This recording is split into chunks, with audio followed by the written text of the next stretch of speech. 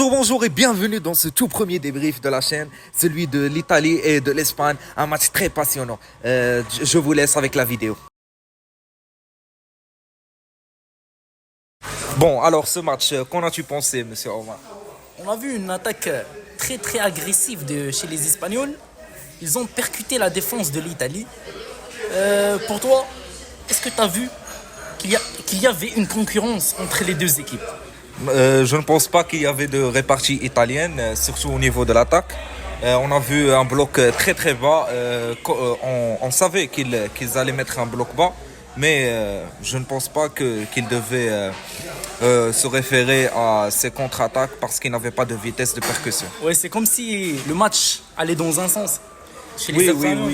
oui, on voyait un tunnel unisens, une attaque unisens. Je ne pense pas que la répartie italienne était présente.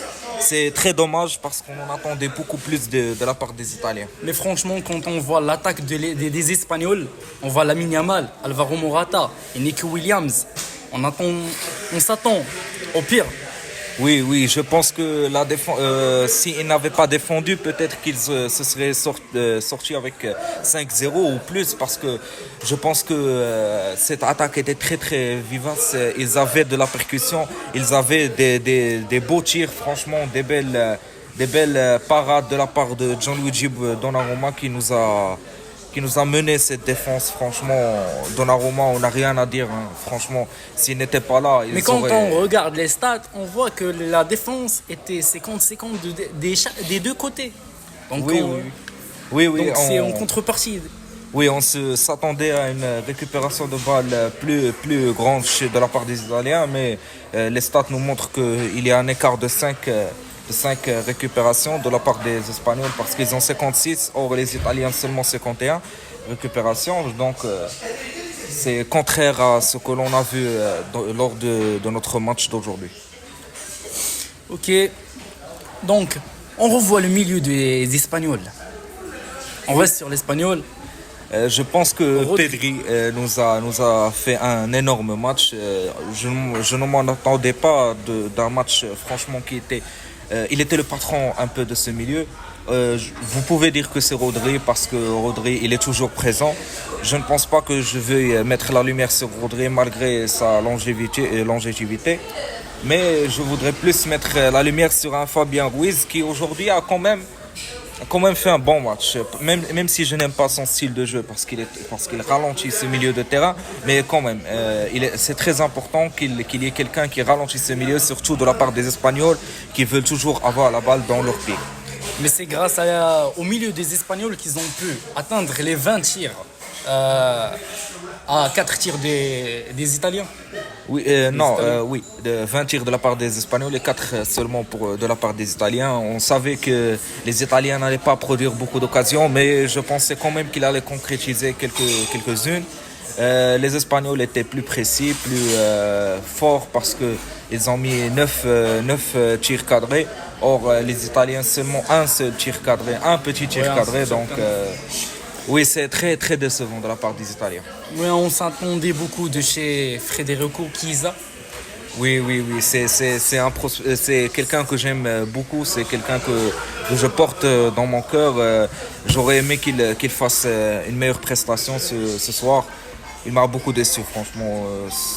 Pour Scamacca, il n'avait rien à faire pour moi. Ce n'est pas un peu de sa faute, même s'il pouvait mieux faire, mais bon. Ce n'est pas de sa faute. Barella, il est présent, il est toujours présent. La défense italienne, j'ai bien aimé. Bon, qu'est-ce que tu en as pensé de Calafiori aujourd'hui qui nous a mis un but contre Calafiori, il a fait un bon match. Mais suite au but contre son camp, c'est décevant un peu, mais ça reste... il a fait une top performance. Il a bien joué son match. Il a fait son match. Oui. Oui, donc je pense que tu as un peu raison, mais quand même, je pense qu'il y avait des failles un peu défensives. Oui, c'est pas géré. Oui, parce qu'ils ont quand même eu quelques occasions. C'est juste Donnarumma qui était bien présent. Je pense que on n'avait pas une cohérence entre les défenseurs, les défenseurs italiens.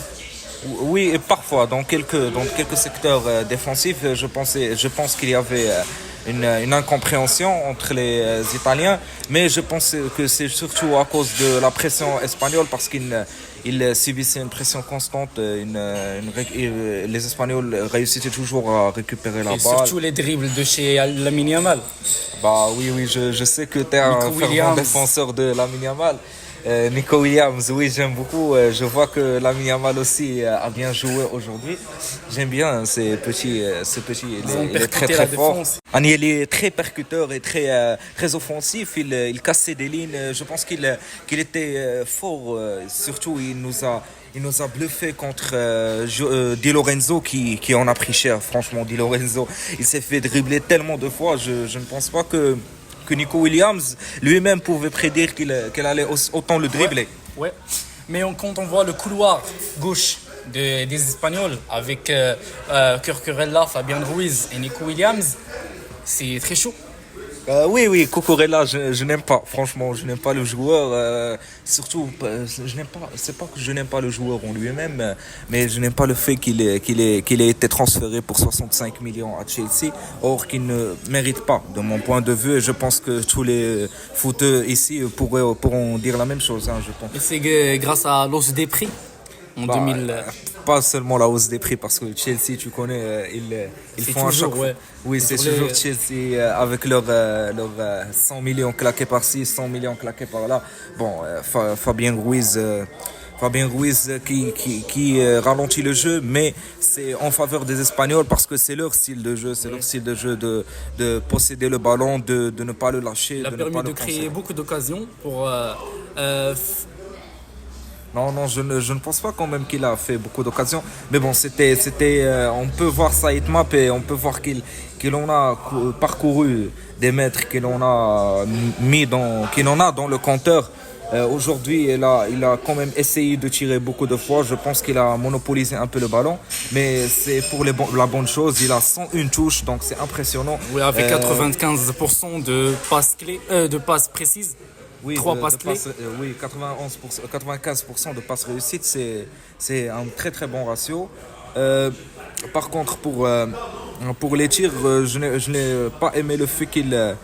non, au contraire, je voulais dire, j'ai très bien aimé le fait qu'il tente ses tirs, surtout qu'il y a Donnarumma en face.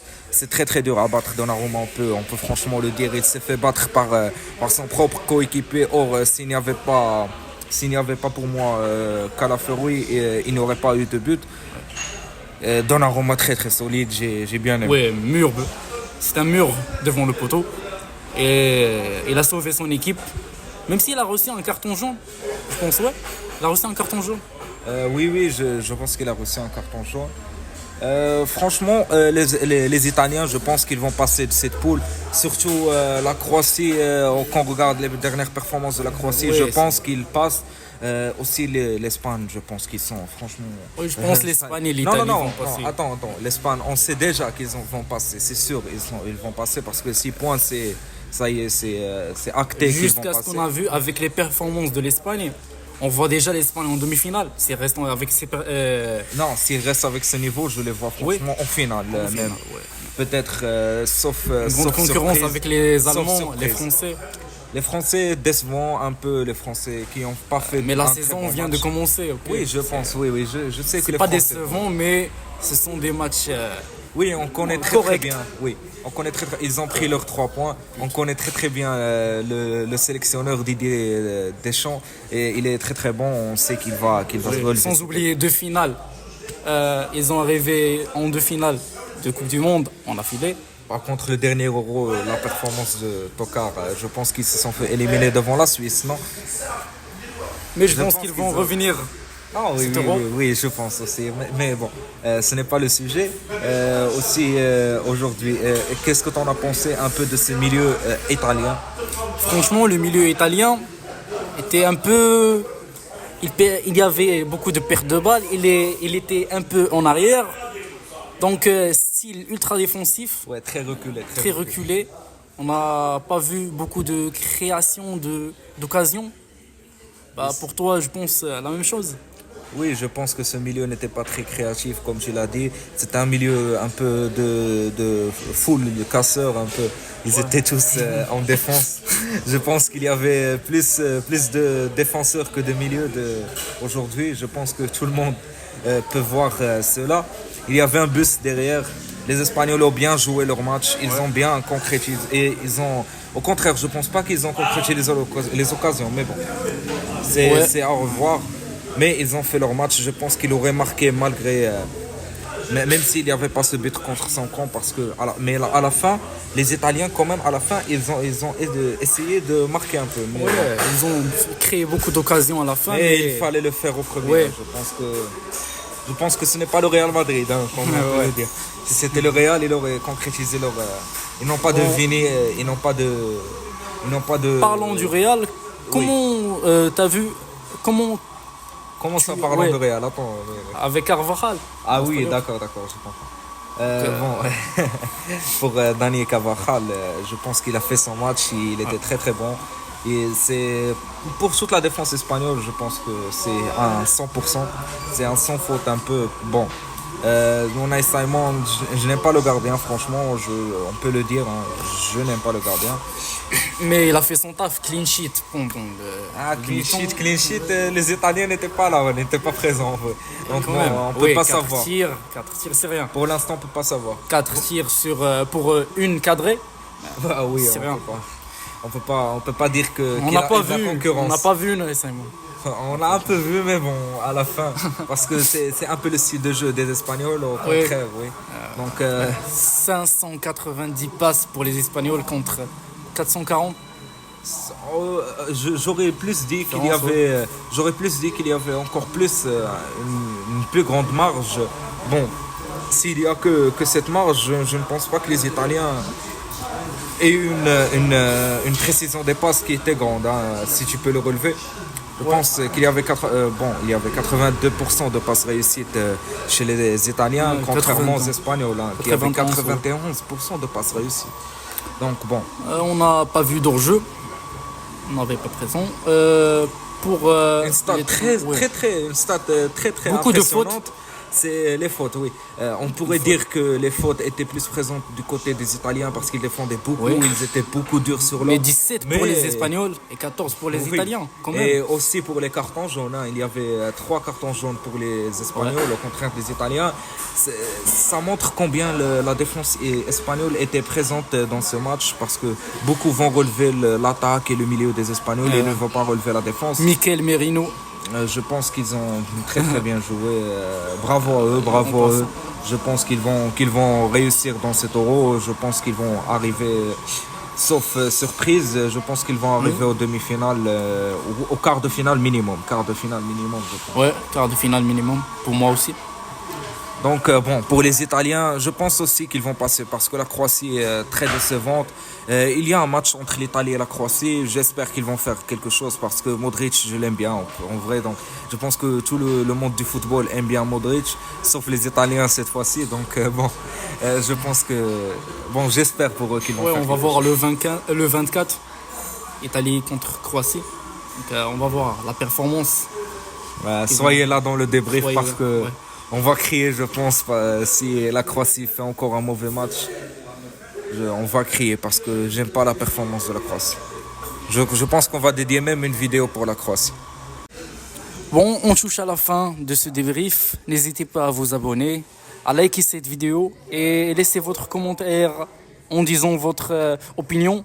Et si vous avez une idée pour améliorer nos débriefs, n'hésitez pas à le dire en commentaire. C'était Foot de Review. On se retrouve dans une prochaine fois. Ciao, ciao.